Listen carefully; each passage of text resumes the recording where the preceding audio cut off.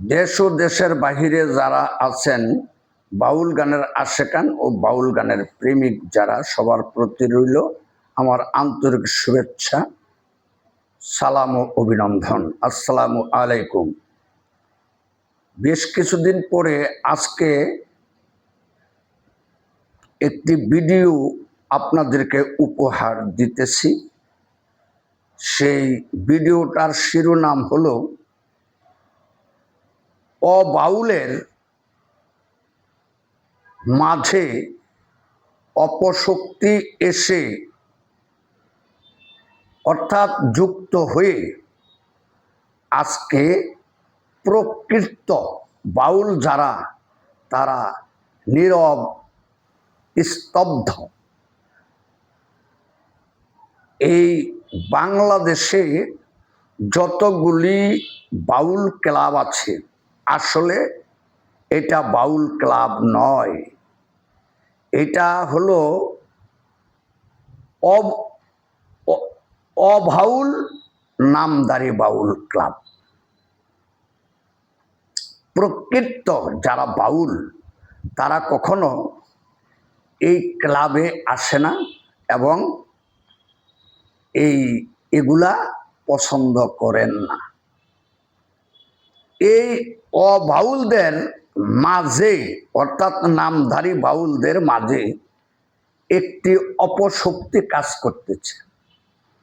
যেমন যারা ক্লাব দিছে, কিছু কিছু ক্লাবে তারা অবাউল, তারা বাউলের আশেপাশেও নাই। তারা জীবন জীবিকার তাগিদে তারা একটি বাউলের দোকান খুলছে। তো এই দোকানে বাউল গানেরা সেখান যারা তারা আসে বাউল গান শুনতে। বাউল গান শুনতে আসার পরে তারা তাদের ভালো লাগলে বকশিস দেয়। তো এই বাউল ক্লাবের যারা কর্মকর্তা তাদের দৃষ্টিতে পড়ে। দৃষ্টিতে পড়লে এদেরকে কি করে, উপদেষ্টা বানায়।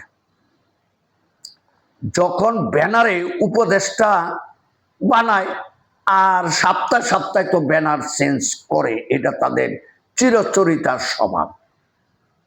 ওই যে অবাউল গান শুনতে আসছে তারে বানায় ফেলাইছে উপদেষ্টা। এখন উপদেষ্টা কেমন ব্যক্তি হইতে পারে? তখনই তারা অপশক্তি ব্যবহার করে, কারণ ওই মানির লোভে উপদেষ্টা বানাইছে। এখন উপদেষ্টা যেইভাবে বলবে সেইভাবেই ক্লাব মালিকরা চলবে। এই জায়গাটার মধ্যে গিয়া গাবলা এবং আজকে প্রকৃত বাউলরা নীরব স্তব্ধ, মুখ খুলতে পারতেছে না। কারণ অপশক্তি যাহা বলে বাউল ক্লাবের মালিকরা তাহাই শুনে। এই জায়গাটার মধ্যে আমি সবিনয়ভাবে আপনাদেরকে অনুরোধ করব, আপনারা নিজেদের পায়ে নিজেরা কুড়াল মারবেন না। প্রকৃত বাউল যারা তাদের গানে মায়ের গান গায়, মাটির গান গায়, দেশের গান গায়, আত্মার গান গায়, মনের গান গায়। আর এই যে ব্যানারে যে অবাউল অর্থাৎ অপশক্তি, এদের নাম দেওয়ার কারণে এই গান বিকৃত হয়ে গেছে।